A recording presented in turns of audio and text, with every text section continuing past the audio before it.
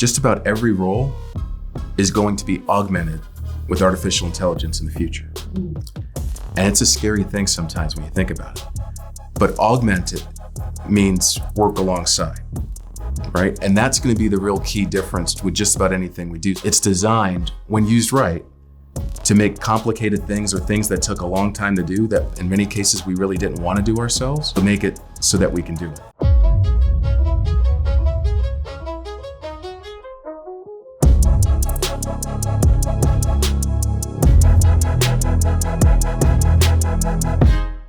Hello and welcome to the Degrees of Success podcast. I'm your host, Frida Richards, and today we have an incredible guest, Stephen Paskel. Stephen earned his MBA here at University of Phoenix and has an incredible career spanning from technology to leadership to entrepreneurship. Help me welcome Stephen Paskel.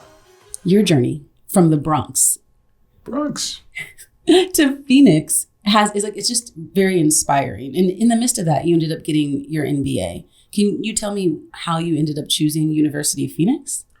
Yeah, so it was a journey from the Bronx, right? I moved out when I was 16. I really didn't want to go, but my mom, she was battling cancer at the time in remission. So in retrospect, I was halfway through high school. I'd gotten a scholarship to go to a really a high-end high school, which was unique for someone from the Bronx. There was a lot of competition. So I didn't want to go. I'm like, I'm going to move back second I turn 18, but we moved out here. And I think my mom was sensing things as moms tend to do.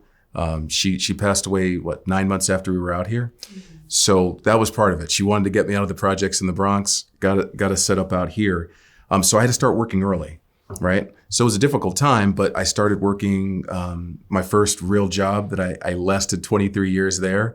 I was 17 at the time. So since I started working right away, my original trajectory was going to be most likely, go to college, the traditional after high school, but I needed to start working first.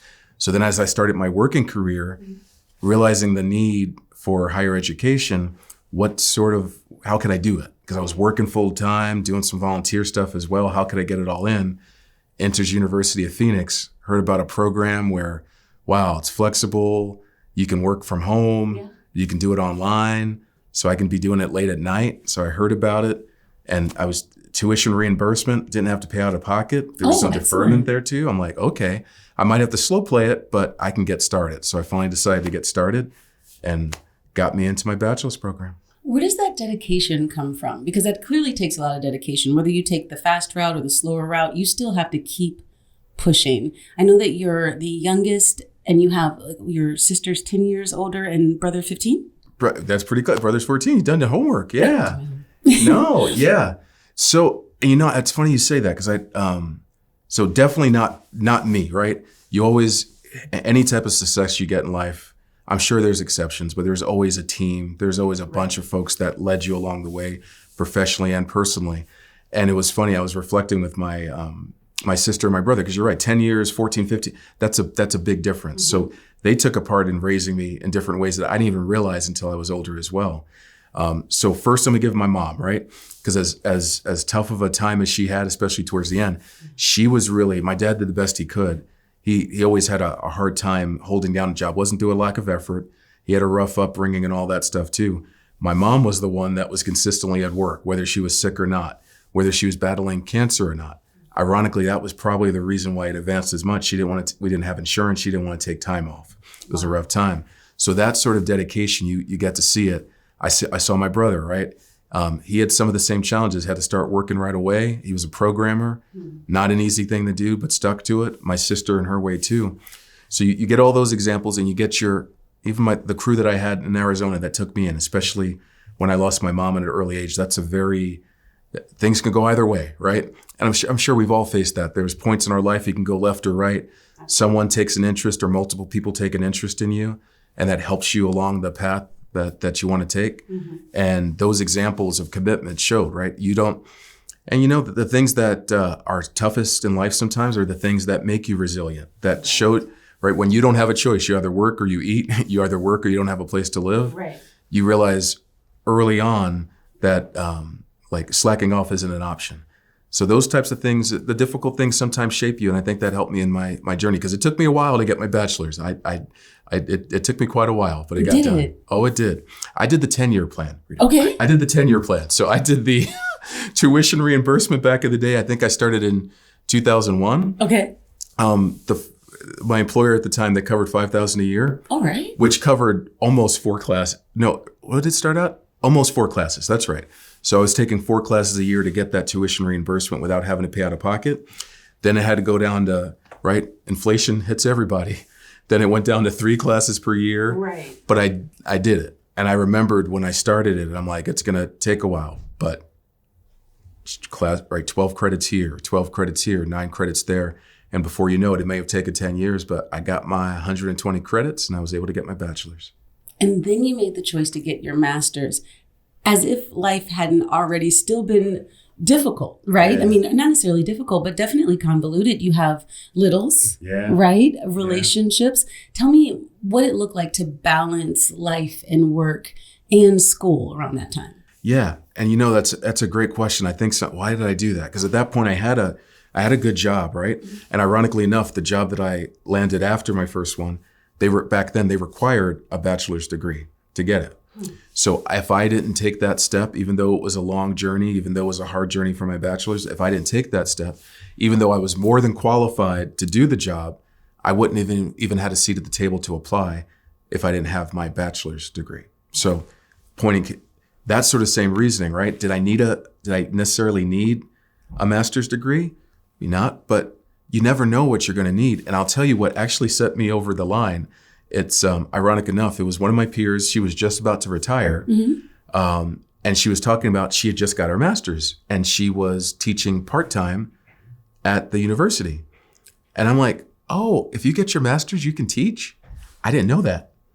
So in the back of my mind, right, probably goes from my upbringing, the challenges up front. I'm like, so if I get my master's, if nothing else, and I like teaching, I've always had a training background.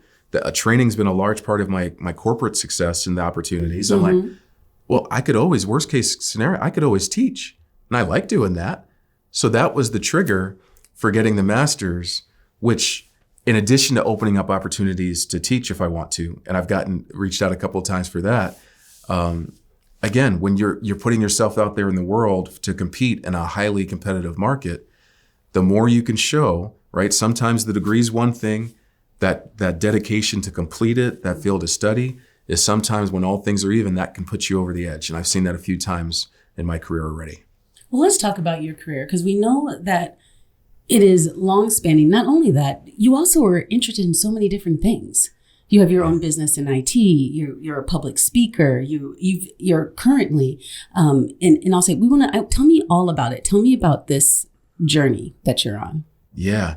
Now, I don't recommend it for all, because it's not of, it's a lot of long days and it took some time. But I got to tell you, even the University of Phoenix helped prepare me for all these things I'm doing at the same time, right? Because I had to work and had a family and go to school and sometimes get my papers done at my window of doing schoolwork was like from 9 to midnight, right? Because I got it priority, right? Family, got to take care of the kids.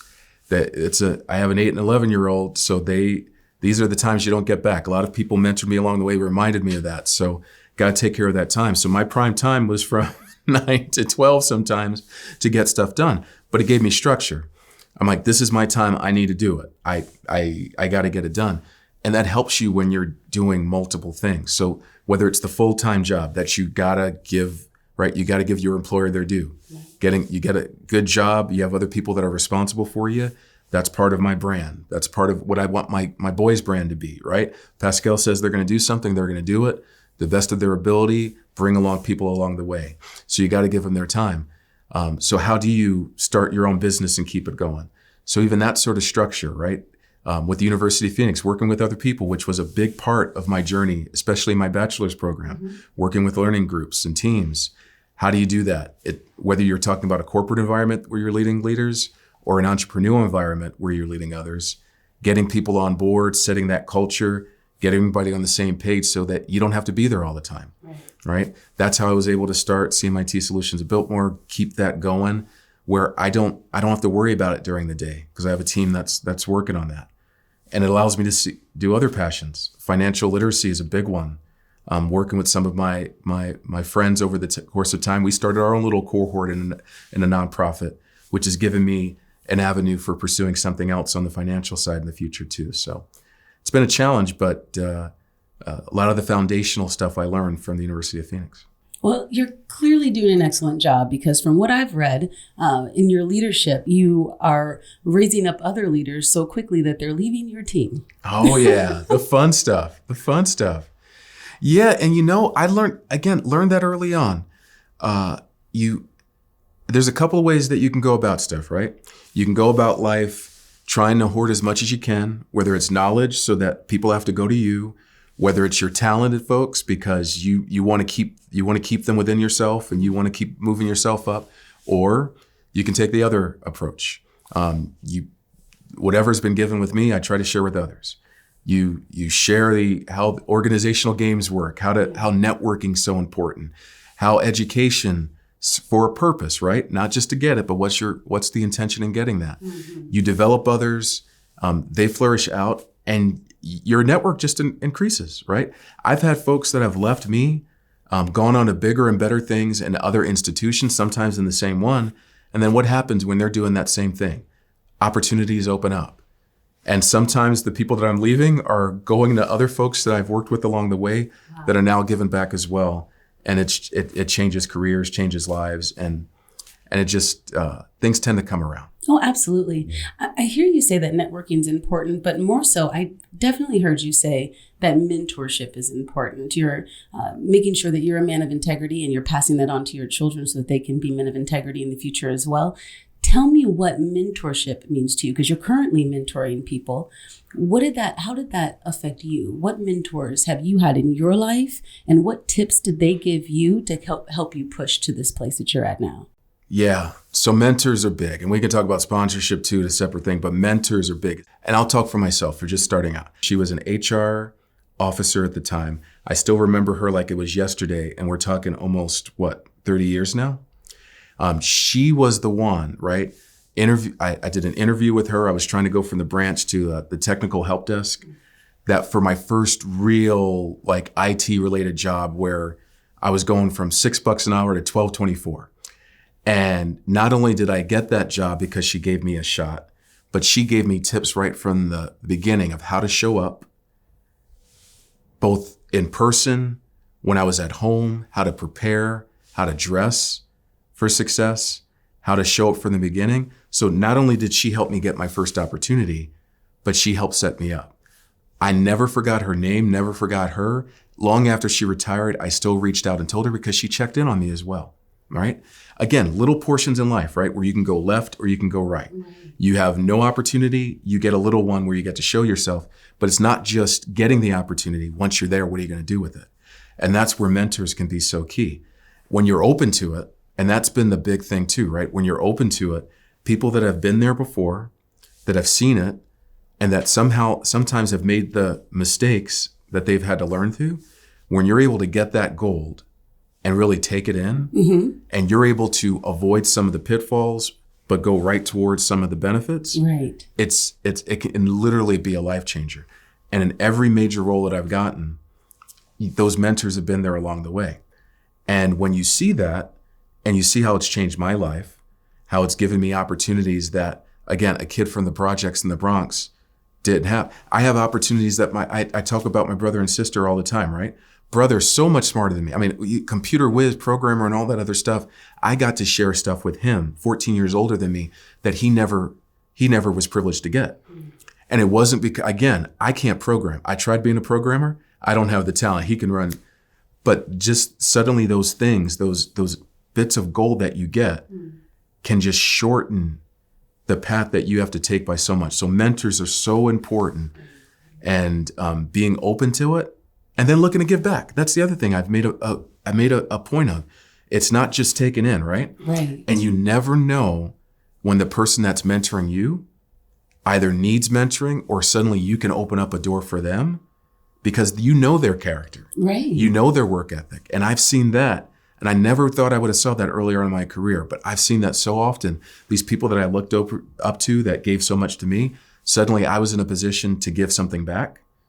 And that feeling is priceless as well. That's when that circle is really fully coming all around. And not only for you, probably your mentor as well. Oh, yeah. Having the opportunity to be able to receive that from you, knowing that their hard work put you in a place, that sacrifice that they put in you, put you in a place because of you being driven and focused and actually taking in what they say and putting and implementing it, that they now have the opportunity to actually benefit from it. As someone who's deeply involved in both IT and leadership, what do you see as the most exciting AI application for small to mid-sized businesses today? Oh, that's a good one. What's the most, you know what? I think about this all the time. In fact, I just went to one of the professional organizations. I went to their conference last week, and I was taking some notes. And I think the person that delivered this comment wasn't even in IT, right? I forget what she was doing, but I think she might have been a state representative. But one of the things she mentioned was that just about every role is going to be augmented with artificial intelligence in the future. And it's a scary thing sometimes when you think about it. But augmented means work alongside, right? And that's going to be the real key difference with just about anything we do. So we think about small businesses. I start thinking about what's the service that is being provided that separates one business from another. That's every small business' secret sauce, right? Because very often products are quite similar. Sometimes it's service, sometimes it's delivering something in a timely way that someone else can't. What's going to differentiate it going forward? Artificial intelligence is so rampant, but it's designed, when used right, to make complicated things or things that took a long time to do that in many cases we really didn't want to do ourselves, being able to make it so that we can do it. So one of the first things I would do for any small business owner, and you don't have to be a technologist, you don't have to have that background, but you have to be aware, right? And a lot of the stuff we're talking about, whether it's the University of Phoenix and going to classes and being made aware of stuff that you never knew about before, or working with other folks, we can't be scared with it. There's free versions of it. Playing around with it, knowing that there's settings where, especially on the paid version, where you're not sharing it with the world because that's how it learns, right? You put stuff in it and everybody gets to see it. There's things you can do where you can keep your information in there. That's the big one, but the awareness piece is one, using it. But then others, one of the classes I took for my personal development was literally talking about machine learning. What are the basics behind it? What's the thought process behind it? Knowledge is power. And I can say that working in the IT age, I'm not the IT geek that gets online when the new iPhone's coming out, right? I'm not the programmer like my brother. Back in the day, could I put together a computer and take it apart and put it back together? Maybe, if I tried hard. It's never been that. It's been, how do I take something complicated and make it simple? That's always been my secret. So how can I explain something that's complicated to where anybody else can know? And a lot of times with IT professionals, why there's a bad rap is that all these technical terms and jargons will speak in a way so that, just trust me. You don't need to know this. No. When we're talking about things about our future, we need to be we may not have to be an expert, but know how it works. Exactly. If you were to give 3 tips to our listeners and viewers in regards to AI, just what would they be?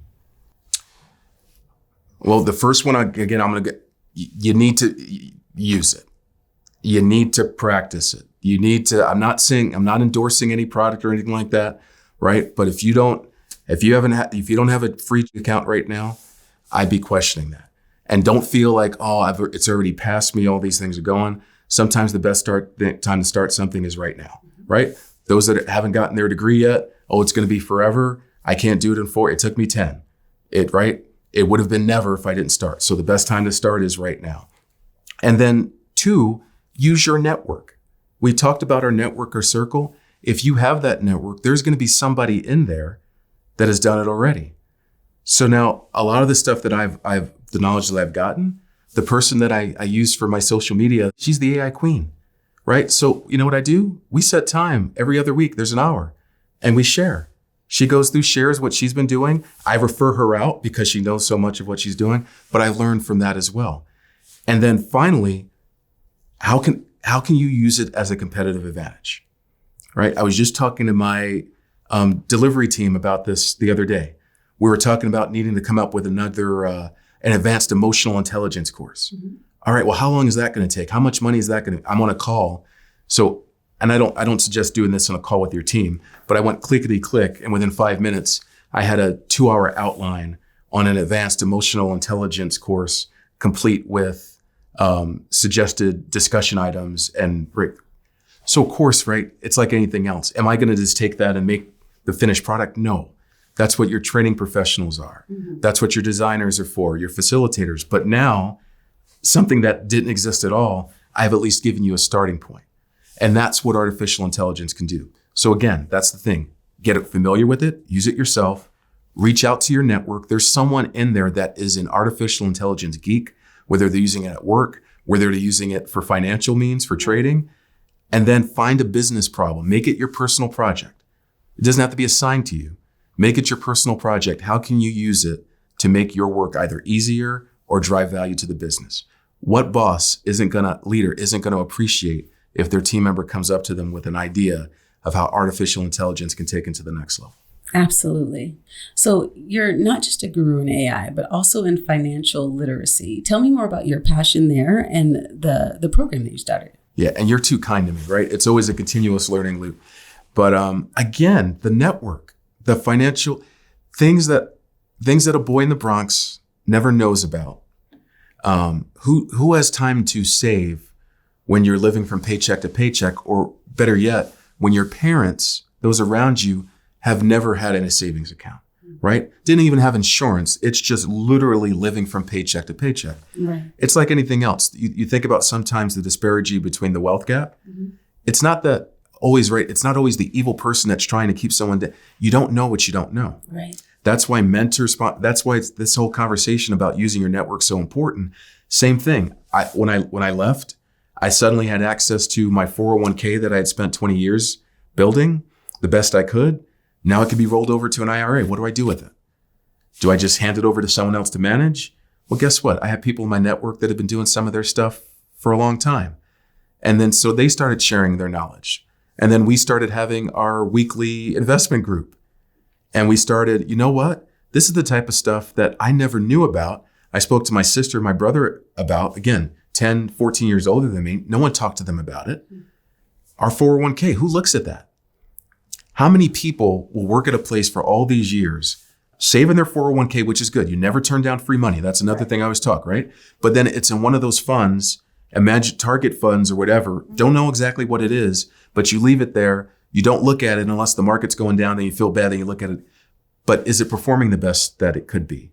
Do you have other options? All those types of things, which are life changers. How some people can be averaging a 400% return on their 401k. So other people, oh, I got 60%. That's great. Not when I know others are getting 400%, especially when I'm using that for retirement. Right. How does that go in for retirement? Do I want to work until I can't move anymore? What do I want to do? So we started having those conversations ourselves, and I started learning about things that I never knew about, things that, well, the market's great. And then there's other products, there's other things that people that know, that's how they have generational wealth. Because they teach others, they live below their means, they have a plan, oh my goodness, a plan, and then suddenly they're not only struggling, not going from paycheck to paycheck, but now they're in a position to set their kids up with the education. Not plenty of people will set their kids up with a pot of money. Right. And then we see that in the news, how that plays out, but educating them along the way. So I'm like, this is what we want to do. So we set up our nonprofit, and education's a big part of my life. Again, University of Phoenix helped me with that. I had someone that's worked with annuities for a long time. She's done that for 20 years. She's always referred people for securities, but no one could pass the test. So I'm like, you know what? I'm good at test. I had to take lots of tests over my time. I'm like, let me work on my Series 65 license. So I got my Series 65 license, which gives me additional options, right? Down the road as well, which gives me options with the nonprofit we're working on putting together. But it goes back to giving back.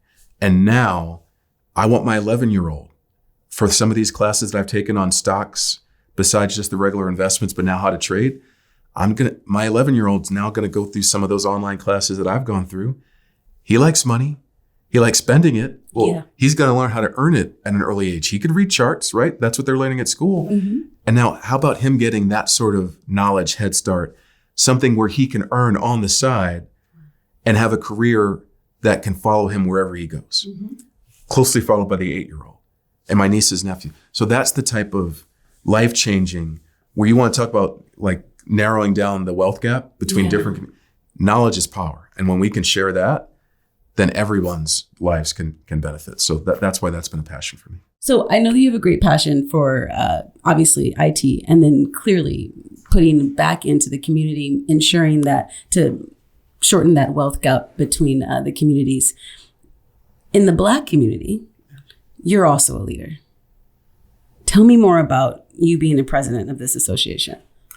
Yeah. So, and again, when you start talking about opportunities, I'm blessed, right?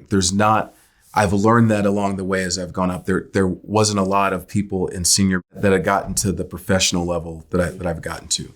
So with that comes certain responsibilities as well. Don't have to do it, right? But with that comes certain responsibilities. And it's a privilege, to be honest with you. Because again, to who much is given, much is expected, and you've got to pay it back.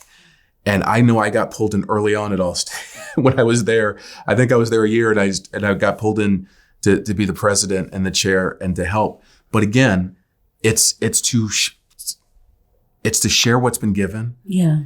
And it's also to amplify and give other people an opportunity. That I'm so blessed to be a part of that organization. Brought in speakers from some of the other professional organizations so that people can talk about, and in some of these cases still, it's people that are older than me that are getting this information for the first time. But it gives them an opportunity to know. It gives them an opportunity to share. And again, we welcomed everybody, right? We got when you start doing programs on financial literacy, which is my hallmark program while I was leading that group, we had stuff there every year. We got the most participation across the enterprise because these things benefit everybody. But especially for those that haven't had it, this is the type of stuff that transforms lives. And it's hard to have a bad day, right? We all have bad days, but when you can go to the well and you hear someone thanking you for setting this up with me. I haven't even been contributing to my 401k, let alone getting the company match. I can't believe I haven't done that, but now I'm going to. Brought in speakers from the University of Phoenix who are still active, right? And suddenly resume making classes or some of these career paths where people didn't think that they could have a professional journey. But now, right, I could only take 4 classes before. Things have gotten a lot better with some of the programming now, where tuition reimbursement goes a long way. And now suddenly they're starting to take down that path as well so that they have additional options that they wouldn't have before. So it's been great. It's been great. You are so inspirational. And I know that all of the listeners and viewers of this particular episode are going to be so taken back and simply inspired by your drive. If you were to ensure that there was nothing left on the table and you got one thing across from this episode to the viewers and listeners, what would that thing be? We live in a difficult world, right? It's challenging at times and it can be pressing. Remember, most people are really nice people. Most people want to help. We all want to succeed. Most people want each other to succeed, right?